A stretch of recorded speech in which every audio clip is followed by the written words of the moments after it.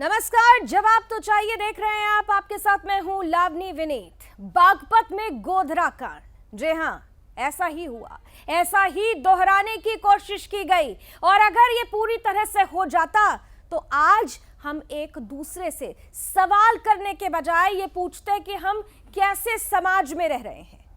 हम बात कर रहे हैं उनकी जिनका जियो और जीने दो जीवन दर्शन है, जिनकी भावना ही सादा जीवन उच्च विचार है, जो अहिंसक है, शांत है, जो सीधे सीधे ये कहते हैं कि प्रकृति से प्रेम करो, जो शांत स्वभाव के हैं, जो एकता को आगे लेकर जाते हैं, उन्हीं को निशाना बनाया गया है हिंदुस्तान की इस धरती में जिहादियों की तरफ से। सो कॉल्ड अल्पसंख्यकों ने दरअसल उन अल्पसंख्यकों को बड़ा निशाना बनाया जिन्हें हम और आप उनके जीवन दर्शन के लिए, उनकी जीने की कला के लिए जानते हैं। जैन समुदाय पर एक बड़ा प्रहार हुआ है। बागपत में गोधरा कांड दोहराने की कोशिश की गई। जिस वक्त पूरे देश में 75वीं वर्षगांठ की हम जश्न में डूबे हुए थे, उस वक्त बागपत में कुछ ऐसा हो रहा था जिसे देखने और सुनने के बाद हर कोई आक्रोशित है। हर हिंदू का खून खौल रहा है, हर जैन का खून खौल रहा है। मैं आगे बढ़ूं उससे पहले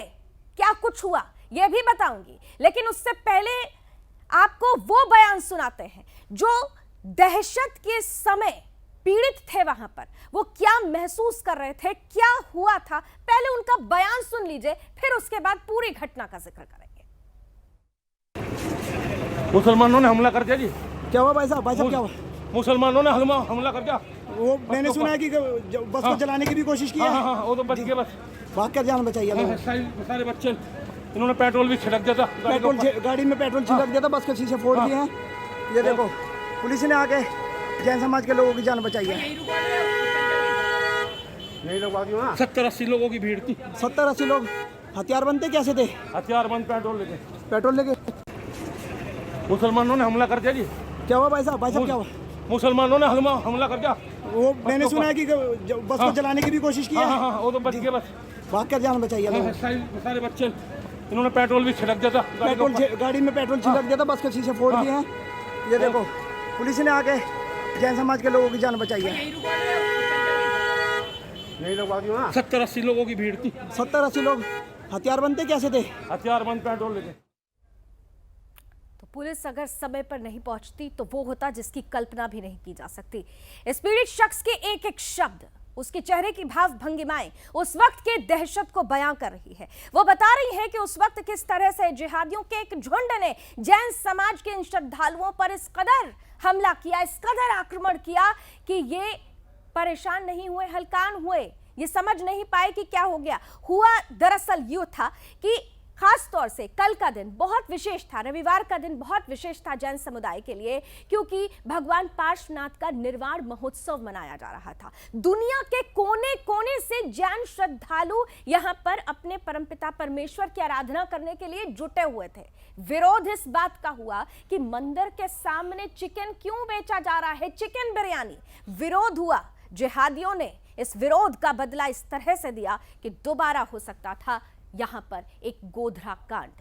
आज सवाल यह है कि वो लोग क्यों चुप हैं? अगर यही चीज उल्टी हुई होती तो फिर क्या हो रहा होता?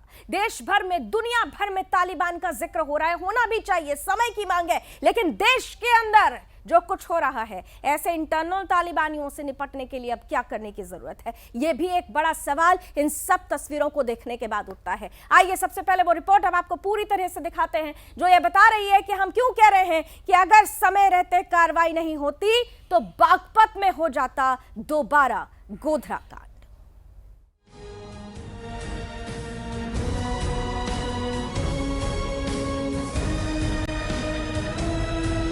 जिस तरीके से गोधरा में इस्लामिक कट्टरपंथियों ने हिंदू श्रद्धालुओं से भरी हुई रेलगाड़ी में आग लगाकर श्रद्धालुओं को भून डाला था, वैसी ही तस्वीर उत्तर प्रदेश के बागपत में नजर आई, जहां जैन समुदाय के लोगों से भरी हुई बस को इन इस्लामिक जिहादियों ने पेट्रोल छिड़क कर आग लगा दिया।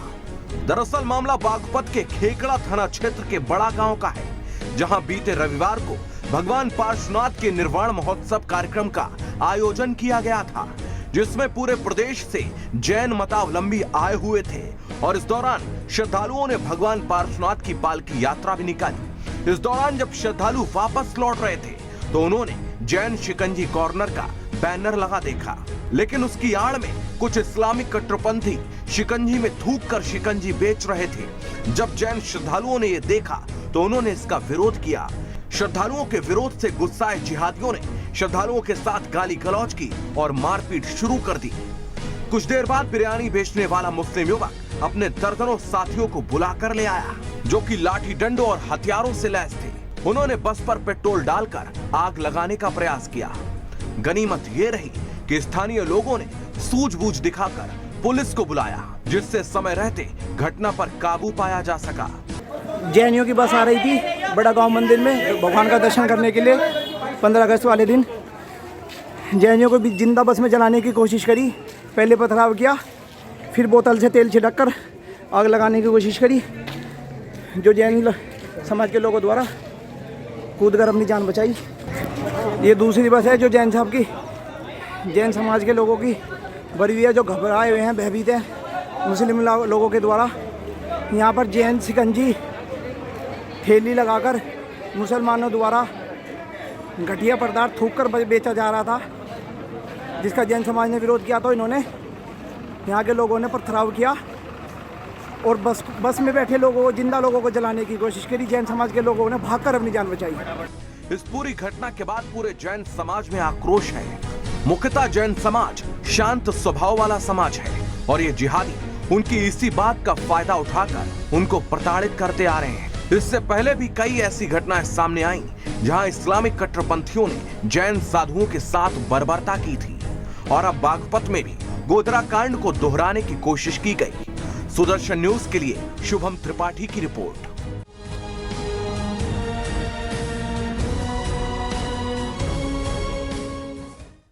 जरा सोचिए कि यही घटना अगर उल्टी हुई होती तो इस वक्त क्या हो रहा होता। ट्विटर का खेल सूडो सेक्युलरिज्म की झंडा बरदारी करने वाले सामने आकर खेल रहे होते। जो बिंदी ब्रिगेड है, कैंडल ब्रिगेड है, जो सो कॉल्ड बुद्धिजीवी हैं, वो कहने पर आ जाते कि इस देश में विशिष्ट समुदाय सुरक्षित नहीं है। लेकिन इन शांत प्रिय अहिंसक जैन समुदाय पर हुए हमले को लेकर एक ट्वीट नहीं है, एक प्रतिक्रिया नहीं है, आक्रोश नहीं है। सवाल यह उठता है कि अगर ऐसी ही परिस्थिति बनी है तो फिर इनकी कौन सुनेगा?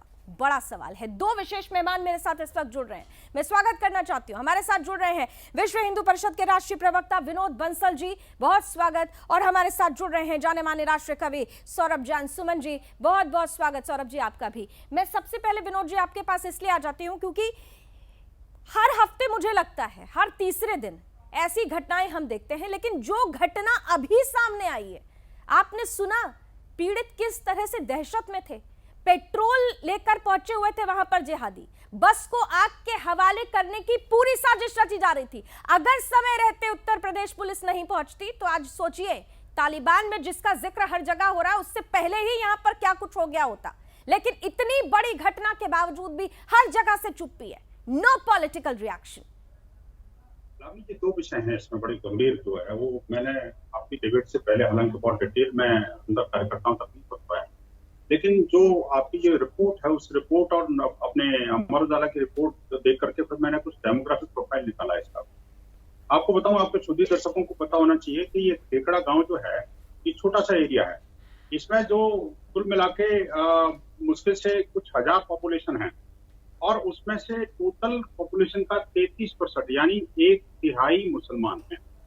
और ये आपकी रिपोर्ट भी और तमाम तरह की अलग अलग डेमोग्राफिक रिपोर्ट्स भी हैं और उसमें जहां पर डाटा का संकलन किया गया और उसके बाद जो तथ्य निकाले गए पता लगा कि जहां भी ये दंगे होते हैं, उत्पात होते हैं, हिंदुओं पर हमले होते हैं, वो अधिकांश 20% से ज्यादा जो डेमोग्राफी वाले क्षेत्र हैं जो जहां मुसलमानों की संख्या करते हैं। यहाँ जब 1/3 मुसलमान हो जाएंगे तो आप मुझे बताइए कि आखिरकार किसी को रहने देंगे क्या? ये तो गनीमत है कि उत्तर प्रदेश सरकार योगी आदित्यनाथ की हेड कर रहे हैं और उत्तर प्रदेश की सरकार के अंडर में जो उत्तर प्रदेश पुलिस है उसने पिछले 3-4 वर्षों में एक बड़ा अभूतपूर्व कार्य किए हैं। लेकिन आप देखिए कि एक अब जो अल्पसंख्यक की बात करने वाले लोग, वो अल्पसंख्यक कार्य मंत्रालय और वो अल्पसंख्यक आयोग कहाँ छुप के बैठा है? जो एक नगण्य अल्पसंख्यक, मैं कहूंगा जिस जैन समाज को आपने अल्पसंख्यक का दर्जा दिया ना, उसके बारे में क्यों नहीं चिल्लाते भाई? राहुल गांधी का एक ट्वीट क्यों नहीं आता भाई? प्रियंका गांधी क्यों नहीं जाती? उत्तर प्रदेश की अपने आप को प्रभारी मानती हैं। आखिरकार वो जो सेकुलर ब्रिगेड है, जो बार बार जो है वो हिंदुओं पर जो हमले होते हैं तो उस पर शांत रहता है, और अगर कोई जिहादी पर कोई टोपी उड़ जाती है तो उस पर चिल्लाते हैं। वो 9 साल की बच्ची के लिए तो कानून को ताक पर रख करके और वहां पर जो उनको वो अपना ट्वीट भी कर देते हैं। मैं कहता हूँ विभत्स घटना है, निश्चित रूप से उसकी निंदा होनी चाहिए, फांसी होनी चाहिए। लेकिन मुझे बताइए, जो जिहादी आक्रमण करते हैं उन पर भी तो कुछ बोलो भाई। आखिरकार उनकी मुंह जीभ क्यों सिल जाती है? जीभ इसलिए सिल जाती है विनोद जी क्योंकि उनको उसमें वोट बैंक नजर नहीं आता, जबकि इस पूरी बस में श्रद्धालुओं में सीधे तौर पर इसमें केवल पुरुष महिलाएं नहीं थे, बच्चे भी थे, बुजुर्ग भी थे। सोचिए कि अगर अग्निकांड हो गया होता, इस बस में आग लगा दी गई होती, तो बच्चे, बुजुर्ग, महिला, पुरुष हर कोई जल चुका होता। इस पर बड़ी बड़ी राजनीतिक टिप्पणियां आ रही होती है, लेकिन उससे पहले इस पूरी घटना को रोक दिया गया उत्तर प्रदेश पुलिस की तरफ से कार्रवाई करते हुए। फिर भी इस हमले को लेकर एक रिएक्शन नहीं है क्योंकि पॉलिटिकल एजेंडा नहीं मिल रहा है। एक छोटा सा ब्रेक के बाद सौरभ जी सीधे आपके पास आऊंगी।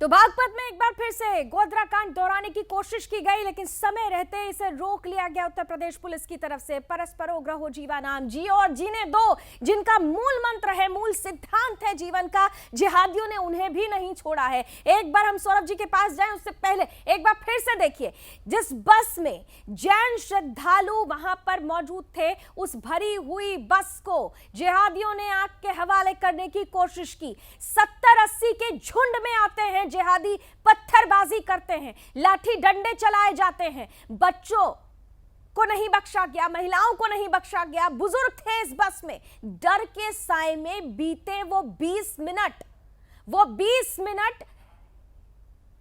इस बस में सवार रहने वाले हर एक यात्री को जीवन भर याद होंगे। देखिए, कांच, टूटे हुए कांच, नीचे पड़े हुए पत्थर, पेट्रोल की जो टूटी हुई बॉटल्स है वहां पे, जिस बॉटल में वो पेट्रोल भरकर लेकर आए थे, वो सब इन तस्वीरों में है और गवाही दे रही है कि उद्देश्य एक था, बस के अंदर बैठे लोगों को जिंदा जला देना।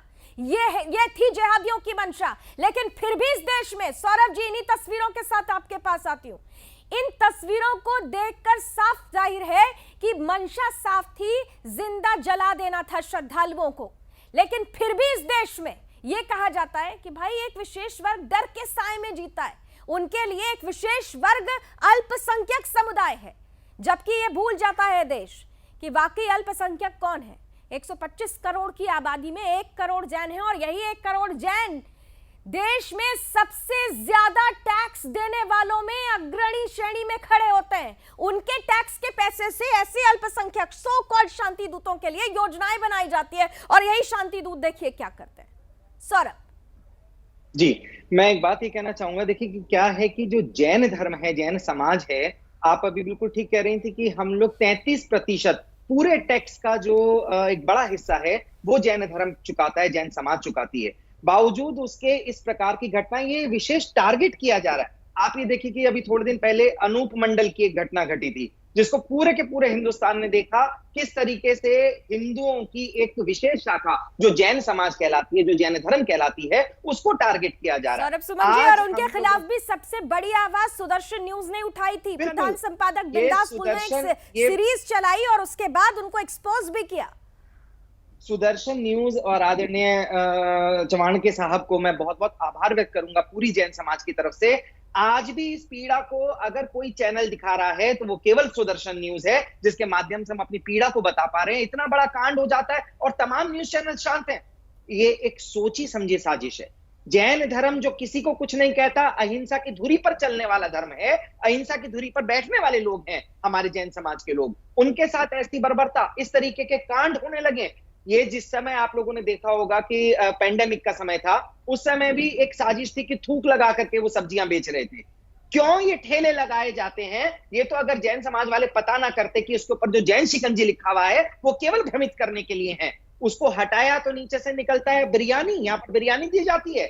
शर्म आनी चाहिए ऐसे कृत्यों को करने के बाद, और उसके बावजूद अभी तक पूरे लोगों की गिरफ्तारी नहीं हुई। मैं ये डिमांड रखता हूं, मैंने आज एक वीडियो भी अपना वायरल किया था, अपना वो तमाम लोगों तक बात पहुंची थी कि अगर 2 दिन के अंदर अंदर वो तमाम जितने भी इसको कृत्य को करने में शामिल लोग हैं, अगर वो नहीं पकड़े जाते और कोई बड़ा स्टेप नहीं लिया जाता, तो जैन समाज सड़क पर उतरेगी। और निश्चित तौर पर ये जो आपका चैनल है, ये हम लोगों के लिए एक बहुत बड़ी ताकत बनकर हमारे साथ खड़ा हुआ है, और मैं बहुत बहुत आभार व्यक्त करना चाहूंगा सुदर्शन न्यूज का कि वो हमारी आवाज बनकर के, हम लोगों की आवाज बनकर के पूरे देश में जा रहा है। हम निश्चित रूप से आवाज बनेंगे, हर हिंदू की आवाज, हर सही मायने में जो अल्पसंख्यक है उनकी आवाज बनेंगे, और इस देश में वो सच दिखाने की कोशिश करेंगे जिस पर पर्दा डालने की कोशिश की जाती रही है, सो कॉल्ड बुद्धिजीवी ये करते रहे। मुझे एक छोटा सा ब्रेक फिर लेना पड़ेगा, लेकिन विनोद जी को थोड़ी जल्दी थी। विनोद जी, मैं आपसे अनुरोध करूंगी, ब्रेक के बाद सीधे आपके पास आऊंगी, क्योंकि जब कभी भी ऐसी घटनाएं सामने आती हैं तो हर एक समाज को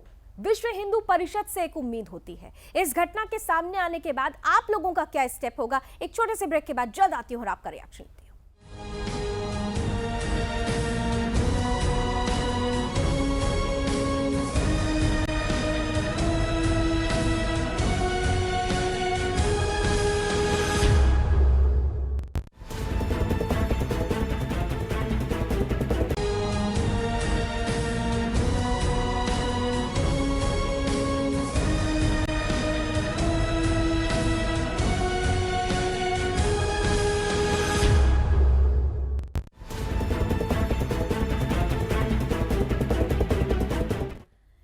तो बागपत में गोधरा कांड दोहराने की कोशिश की गई, और ये हुआ उनके साथ जिनकी इस देश के विकास को आगे, विकास रथ को रफ्तार देने में महत्वपूर्ण भूमिका है। देश के बड़े बड़े अस्पताल, बड़े बड़े उद्योग, बड़े बड़े स्कूल, कॉलेज, धर्मशाला, इन सब को बनाने में विशेष योगदान जैन समुदाय का है।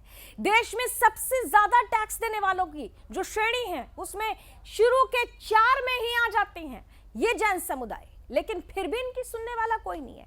जिहादी इनको निशाना बनाते हैं, और फिर भी देश के सो कॉल्ड बड़े बड़े लीडर्स, जिनको जिहादियों को अगर कुछ हो जाए, तकलीफ होगी ये बोलूंगी, लेकिन सच ये है कि जिहादियों को अगर कुछ हो जाए तो अब तक न जाने कितनी प्रतिक्रियाएं आ गई होती, सड़क से लेकर संसद तक हंगामा हो रहा होता, सड़कों पर लगातार धरना प्रदर्शन शुरू कर दिए गए होते, लेकिन इस प्रक्रिया पर, इस प्रकरण पर हर कोई चुप है।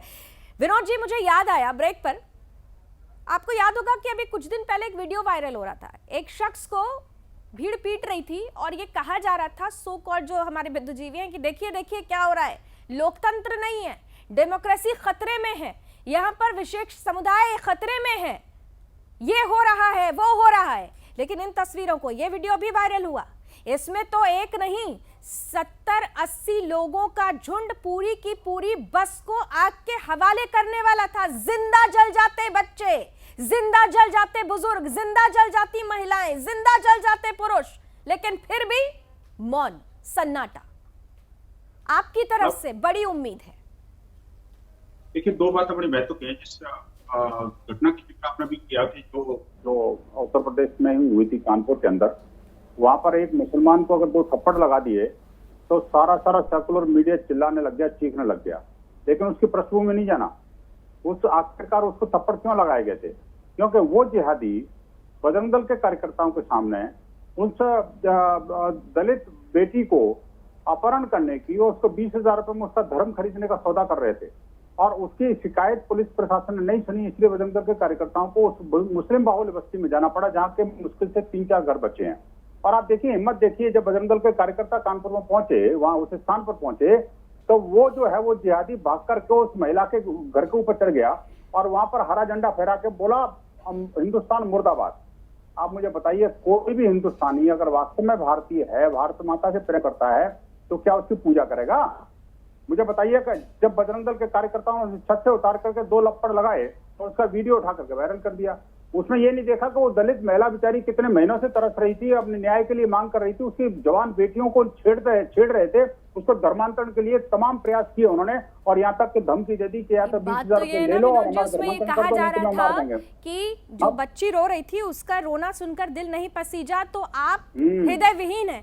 तो यहाँ पर तो कितने बच्चे चीख पुकार मचा रहे होंगे जब उनके पिता पर पत्थर बरसाए जा रहे थे। यहाँ पर तो कितने बच्चे चीख पुकार रहे होंगे जब उनकी माएं उनको गोद में लेकर चिपकाकर बचाने के लिए कोशिश कर रही हो, जिंदा रहने की जद्दोजहद हो रही हो। उस वक्त की तस्वीरें दिल के मेरे तो इस वक्त रोंगटे खड़े हो रहे हैं ये सोचकर ही। लामी जी, इसमें दो बड़ी महत्व की बात है। देखिए, अब देश के अंदर एक प्रथा चल पड़ी है कि अब मुस्लिम बाहुल बस्तियों से या मस्जिद के सामने से, मदरसे के सामने से कोई भी हिंदू गाड़ी, हिंदू त्योहार, हिंदू प्रोसेसन नहीं निकल सकता। ये देश के अंदर अनेक जगह पर हो गया है। तो मैं पूछना चाहता हूं कि क्या हिंदू बाहुल्य क्षेत्रों से वो इस्लामिक जिहादियों का प्रतिबंधित करने के लिए हिंदू समाज अगर आगे आ गया तो तुम्हारा क्या होगा? एक बात। दूसरी बात, आप हमारे मंदिरों के सामने अपनी नॉनवेज बिरयानी बेचोगे, मीट की कटाई करोगे और जानवरों को काट करके वहां पर जो है उसका मांस बेचोगे। आप देखिए, और तो दूर मत जाइए, दिल्ली के अपने विकासपुरी और ये जो क्षेत्र है पूरा आपका उत्तम नगर वाले क्षेत्र में भी 15 दिन पहले मैं जाके आया था। वहां मंदिर के सामने एक बाबा रामदेव को मंदिर है, उस सामने उससे जो सरेआम जो मीट बेची जा रही थी। आप मुझे बताइए कि आखिरकार ये क्या कहना चाहते हैं? ये जो घटना अभी जो बागपत की है, उस बागपत की घटना में भी मुझे बताइए कि जब देश के अंदर कानून इस बात को अलाउ नहीं करता कि मंदिर से 500 मीटर या जो भी एक क्षेत्र है उस क्षेत्र के अंदर जो है ना आप कोई मीट की दुकान नहीं हो सकती, तो आप अगर मीट की दुकान खोलने को जबरदस्ती आप उसको आमादा ही हैं, तो मुझे बताइए अगर मस्जिद के सामने, मदरसे के सामने अगर हमने सुअर के मांस की दुकान खोल दी, वहां पर सुअर की कटाई अगर हिंदू ने शुरू कर दी, तो क्या होगा भाई? तब तो देश में आग लगेगी और कहा जाएगा कि देखिए कितना हिंदू कितना असहिष्णु है। तब तो ये कहा जाएगा सौरभ। लेकिन सबसे बड़ी बात तो ये है, हिंदुओं को इस काम के लिए उकसाओ मत कि आप हिंदू बाहुल्य बस्ती में से कोई मान्यता वाला तीर्थ है, निकलने ना पाए। आप इसके लिए मत उकसाओ कि आपके मस्जिदों के सामने और ये जो सुअर की दुकानें खुले, मत उकसाओ। लेकिन देखिए, सबसे बड़ी बात सौरभ कि पूरा जैन समुदाय दुनिया भर में शाकाहार को प्रसारित करने के लिए जाना जाता है। उसके सामने उनकी आंखों के सामने सबसे बड़ा तीर्थ पे, मैं वही कह रहा हूं कि उनकी आंखों के सामने सबसे बड़ा। मैं एक बात कहना चाहता हूं, मैं कविता में अपनी बात कहना चाहता हूं, आप सुनिएगा कि माना हमने हम संख्या बल में कम है, लेकिन ये ना सोचो कायर निर्बल हैं। हम वो लोग हैं जो सबसे ज्यादा टैक्स भरते हैं। तब बोलता हूं कि माना हमने हम संख्या बल में कम है, लेकिन ये ना सोचो कायर निर्बल हैं। कोई कायर ताना कांधे पर ढोता, क्षमादान वीरों का आभूषण होता। ये शोषण करता आखिर किस मद में है, शांति दूत अब तक तो अपनी हद में है। और ताकत है तूफान को मोड़ भी सकते हैं, अधिकारोहित हद को तोड़ भी सकते हैं। कि अधिकारोहित हद को तोड़ भी सकते हैं, अधिकारोहित हद को तोड़ भी सकते हैं। और मैं निवेदन करना चाहता हूं हमारे प्रशासन से, हमारे शासन से कि आंखें मूंदे पितामह क्यों बैठे हैं। वो तमाम चैनल जो जरा सी कोई वारदात हो जाए इनकी मस्जिद के सामने, तो आकर के पूरे तमाम चैनल रोने लगते हैं। एक भी चैनल के ऊपर एक भी किसी प्रकार की न्यूज नहीं है। तब मैं एक बात कहना चाहता हूं कि आंखें मूंदे पितामह क्यों बैठे हैं, आंखें मूंदे पितामह क्यों बैठे हैं, काल चक्र के बाजू फिर से ऐठे हैं, और गौरव क्यों भारत मां का शर्मिंदा है। हाथ बढ़ाकर दुशासन क्यों जिंदा है, कि हाथ बढ़ाकर दुशासन क्यों जिंदा है। जैन समाज अहिंसक है, लेकिन क्षमा चाहता हूं, जैन समाज नपुंसक नहीं है। हम लोगों के उस तीर्थ पर जिसका हम लोगों के अंदर मान्यता है, उस तीर्थ की पूरे देश से जैन समाज जाती है बागपत के उस पावन तीर्थ पर, और वहां पर हमारी आंखों के सामने बिरयानी का ठेला लगा दिया जाता है। आप ये सोचिए कि कितना बड़ा कष्ट का कारण है ये। और उसके बाद पूरे के पूरे सब लोगों ने देखा कि क्या हुआ, किस तरीके से छोटे छोटे बच्चों को वहां से मार करके भगाया गया। वो जब वीडियो वायरल हुआ, तमाम जैन समाज ने देखा। मैं बोलता हूं कि केवल 2 दिन का समय हमारी जैन समाज देती है। अगर इन 2 दिनों में उन तमाम अपराधियों को अंदर नहीं किया गया, तो ये जैन समाज सड़क पर आकर के बड़ा आंदोलन करेगी। फिर आप लोग फेस कीजिएगा कि कौन सामने खड़ा हुआ है। निश्चित रूप से आवाज उठाने की जरूरत है। शराफत, शहजाद, नदीम, नौशाद, अरशद, मात्र ये नाम सामने आए और खानापूर्ति की गई विनोद जी, जबकि झुंड 70 से 80 जिहादियों का था। विश्व हिंदू परिषद से भी बड़ी उम्मीद है इस समुदाय को, क्या करेंगे आप इनके लिए? लावनी जी, हम इस घटना की पूरी जांच कर रहे हैं। कार्यकर्ताओं को मैंने आज बोला है और निश्चित रूप से वहां पर जो भी दोषी हैं वो कोई बख्शा नहीं जाएगा। और ये हमारा बिल्कुल संकल्प है कि हम पीड़ितों के साथ खड़े हैं। मंदिर की पवित्रता हमारा ध्येय है, हम उसके लिए कृत संकल्पित हैं और हमारे स्थानीय कार्यकर्ता जो है ना वो किसी को छोड़ेंगे नहीं। ये तय है कि हम पुलिस प्रशासन शासन के साथ मिलकर के उनको जो है वो जो उचित और कठोरतम दंड है उसकी व्यवस्था कार्यकारिणी से हुई, कार्य समिति से हुई, पुनरावृत्ति करने का दुस्साहस न करने पाए। जी सौरभ जी, आखिरी कमेंट कुछ कहना चाहते हैं? जी हाँ, मैं एक बात ये कहना चाह रहा था कि मेरी बात वहां की कमेटी के जो अध्यक्ष हैं उनसे हुई। मैं एक बात कहना चाहता हूं कि उनकी सुरक्षा का क्या। चलिए, इस समय तो पूरा का पूरा विश्व हिंदू परिषद भी हमारे साथ आ सकता है, सरकार भी हमारे साथ आ सकती है, लेकिन क्योंकि वो एक गांव के अंदर एक छोटा सा मंदिर बना हुआ है, तीर्थ है, वहां की पूरी कार्यकारिणी दूर दूर से आती है। कोई बड़ौद से आता है, कोई खेखड़ा से आता है, कोई मेरठ से जाता है। उनकी सुरक्षा का क्या अगर आज कोई स्टेप उठता है, बहुत डरे हुए हैं वहां के लोग, अगर आज कोई स्टेप उठता है तो क्या इस बात की कोई गारंटी लेगा कि कल जब हमारे कार्यकर्ता वहां से गुजरेंगे तो उनके ऊपर किसी प्रकार का कोई हमला नहीं होगा? चलिए, तो अब हम ये उम्मीद करते हैं कि जब राष्ट्र सर्वोपरि की धारणा वाले इस मंच से आपने आवाज बुलंद की है, हमने आपकी आवाज में आवाज मिलाई है, विनोद जी ने आपका साथ देने की बड़ी आवाज उठाई है, तो हमें पूरी उम्मीद है कि उनकी सुरक्षा भी सुनिश्चित होगी और जिहादियों का वहां से सफाया भी होगा। इसी उम्मीद के साथ बहुत बहुत धन्यवाद आप दोनों मेहमानों का। आज की चर्चा में बस इतना ही। देश और दुनिया की तमाम खबरों के लिए आप जुड़े रहिए सुदर्शन न्यूज के साथ। जय हिंद।